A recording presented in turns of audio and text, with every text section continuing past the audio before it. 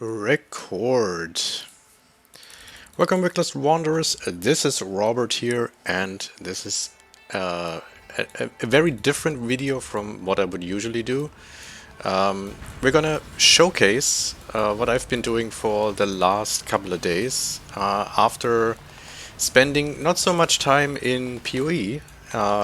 Rather, I became a slave of clever marketing and succumbed to, well, yeah, the thing that is called D2 Resurrected, even though Blizzard being Blizzard and you don't really want to support a shitty company like this, I still I couldn't stay away from that game since I played Diablo 2 so much back then in my study days. And yeah, I revisited it, played it for quite a while. I'm still not done with it. I'm right now sitting at the end of Act 2 Hell with my Bone Necro, a Bone Spear Necromancer, and looking forward to finishing the character up before the next PoE league starts. But what I wanted to do, what I realized, even though the games are 20 years apart, I always thought that Diablo 2 was at least as hectic as PoE is.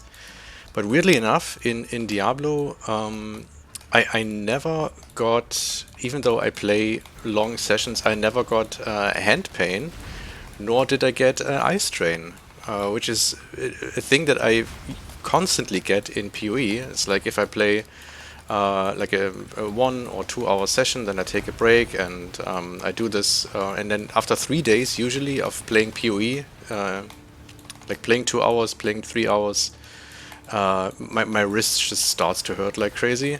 And also when I play, then my eyes start to hurt from just reading items and just reading mods. And yeah, you could say, okay, that's just me getting old and stuff, but I don't know.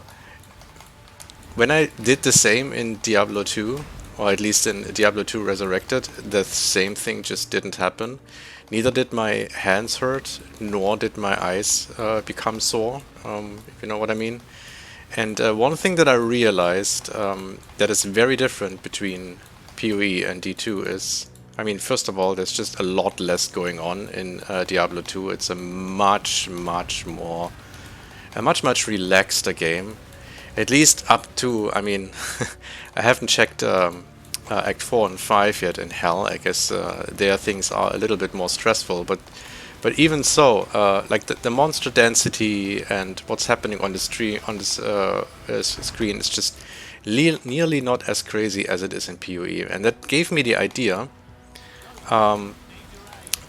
to maybe change up the visuals in PoE a bit to also be a little bit more relaxed. Because one thing that makes D2 a little bit more relaxing, even though it makes it also very inefficient, is the fact that you don't have a crazy customizable item filter.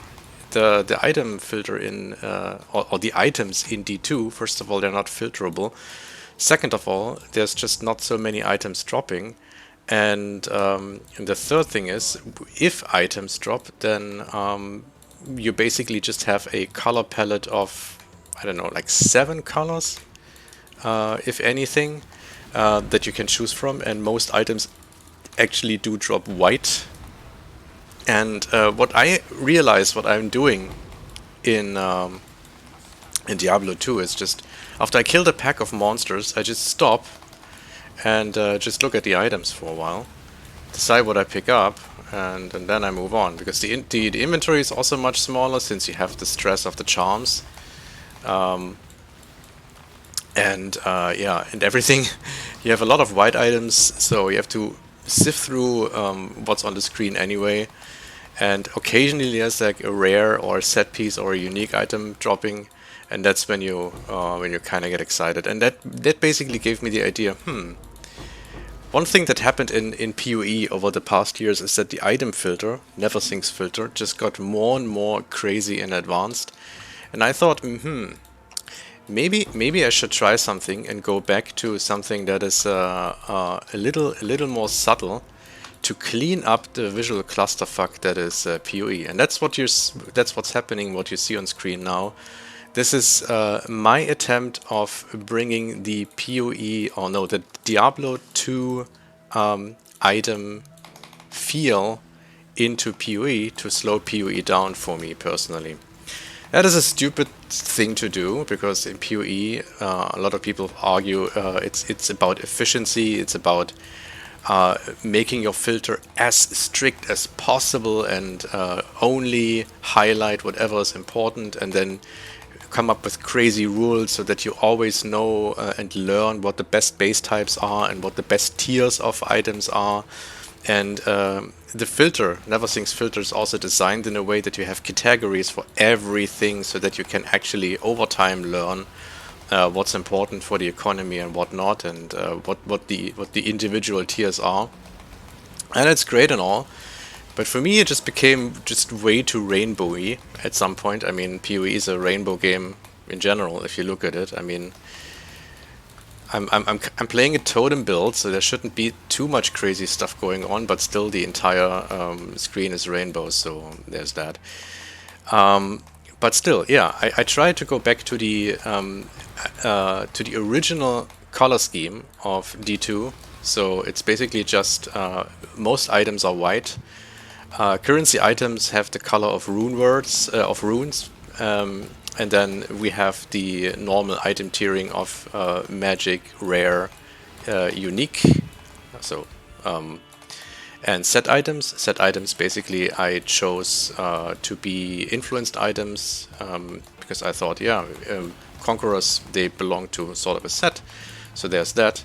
And everything else is basically just needs to fall in into those categories. So everything crafting usually is the color of runes, because you could argue, okay, if you use an exalt on it, you slam a mod on an item. So this is basically like adding a rune to an item. Vendor recipes are gray because in the early game you pick up like ethereal items because they sell for a bunch of gold and whatnot. Or they are socketed, or they have like plus the skills and whatever. Also, I kind of sort of missed the boss here, didn't I? Yeah, it's all the end on the other side. So yeah, I tried to recreate that and tried it out for a while. It's for me, it's working great. So first of all items have the exact same size now. It's all the default size of I think 34. So there's not this clutter of sometimes small, sometimes big fonts on the screen. The color palette is just way cleaner because there's only 7 or 8 colors used, and yeah, the drop sounds. I've always used Diablo 2 drop sounds for quite a while, but not very consistently. And that's basically where it helps. So even though I only have like a bunch of colors, so this is an example. So this set item would be an influenced item. Even though I just have a bunch of colors, I can still leverage multiple drop sounds just to still know when something valuable drops. Also, I removed all beams. Beams are still there, but they're all temporary. So every beam that was there is now a temporary beam. And minimap icons are still there. So you still have you won't be missing any items. It's just that with this filter, it will take a little bit longer to actually see, to actually go through the items. And so far, from my testing, it worked out great. It's very pleasant to the eye. Of course, it is very inefficient. It's a purely aesthetic thing because I'm a weirdo and I just wanna try it out. The second thing that you will probably notice is, if you paid a little bit of attention, is that the font is different. I actually finally managed to change the font because the original font, which you see now on screen, the Fontaine small caps, it's an amazing font. It looks very fantasy-like. It looks very clean. It looks unique. Like no other game has this. But the problem is, if you play the game long enough, then eventually, again, like especially if you look at items a lot and read the mod descriptions, your eyes just start to hurt after a while, or at least my eyes do. And one reason for that is that yeah, the font it requires a lot of concentration, whereas with a font like this is a font called, let me quickly check, Lilawadi. It's actually a Windows default font. This one is very, very easy on the eyes, and even if you have a bunch of stuff on the floor, it's still pretty easy to identify what is what, and it's really easy to read. The spacing is nice. The kerning is pretty well done, and the contrast with this color palette just works out really well. So that's why I've chosen this font. And so this was part one of the video, why I did it, how it looks like, how it feels like. In the second part, I want to show you, if you want to simulate that, how you would go about this. So let me switch over to desktop. I have linked to this video a description, so that is this document that you can just open, which gives you access to the filter and the sounds. I will talk about the filter in a little bit more detail at the end of the video. And then for the font replacement, so this sounds a little bit scary. You will need to edit your Windows registry. So if you don't want to do that, just don't. The filter looks great also with the PoE font. But again, if you feel like the PoE font is straining your eyes a little bit, then you can follow this. Basically, first thing you need, so what this does is basically it tells Windows, instead of using the PoE font, whenever PoE asks for the PoE font, it will just use a replacement, and that you can just do via the registry editor. In order for that to work, you have to actually install the PoE font first. So there's a link that goes to WFonts, where you can download, for example, the PoE font for free. You download the zip file, you unzip it. When you do that, then the unzipped files are like this. So you have an OTF and a TTF, so open font and true type font. And what you want to do is you open your Windows fonts, so your font settings, and then you can just drag and drop the stuff over. And I would advise you to use the OTFs, especially for font and small caps. That's the important one, and for font and small caps there's actually only the OTF version there. So you install those fonts, and then what you're gonna do, and again this is all described here, is you would open your registry editor, and there is a path that you can navigate to, which is also described in the document. And then you're gonna create two new entries, one for Fontaine and one for Fontaine small caps. And what this does, and there you basically paste the replacement font in as a value. And what this does, I explained it already, whenever PoE wants to load Fontaine, it actually loads Lilawadi. You can use any other font that you have installed on your machine. I actually also tried it out with the Diablo font, because I thought I could go all the way. The Diablo font, do I have it still open here? It's called Exile. You can also download this, but this looks absolutely horrible in PoE, unfortunately.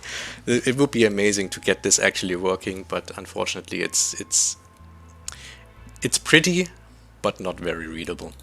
So yeah, that's how you do that if you want to try this out. If you just want to try the filter, let me give you a little bit more information about the filter itself. Let me go over here. Just go to the overview. So it is based on the Lunaris filter. So it starts out with a pretty clean filter as such. Then it has the usual strictness levels, and basically all the stuff that is low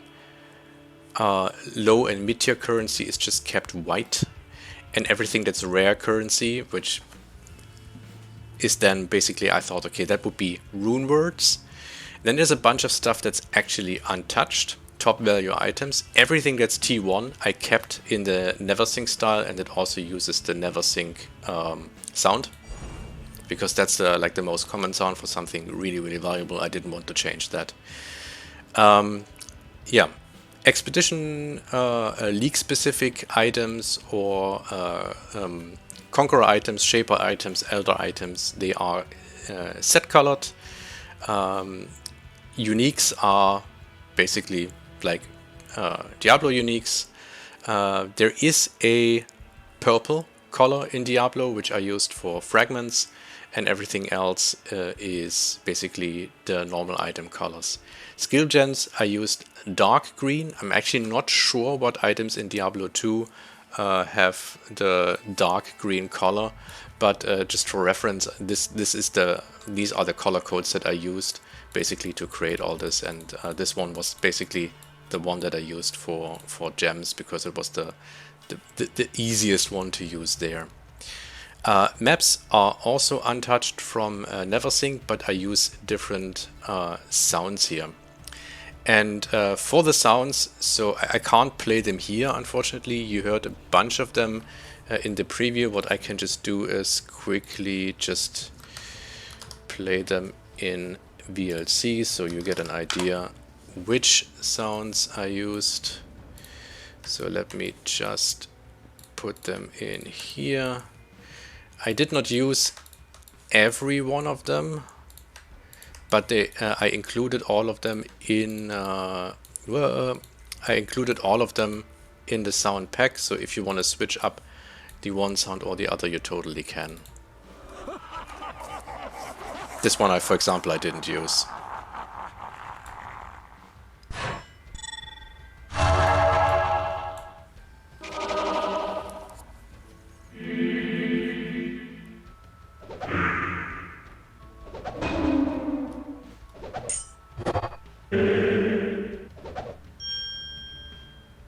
The flippy one I use quite a lot.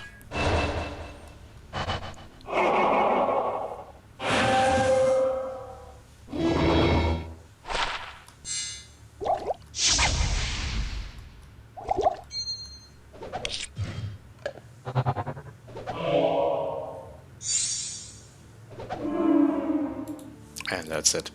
Yeah, so that's basically what I wanted to showcase. So when you catch me playing a little bit later and you see this weird filter going on, this is what's happening. I'm gonna have a command in my Twitch that leads you also to this document if you want to try it yourself. If you have any feedback to this, if you find a better font for PoE, if you have feedback to the filter, what can be made better there, please let me know in the YouTube comments. And I see you in the next league. Bye bye.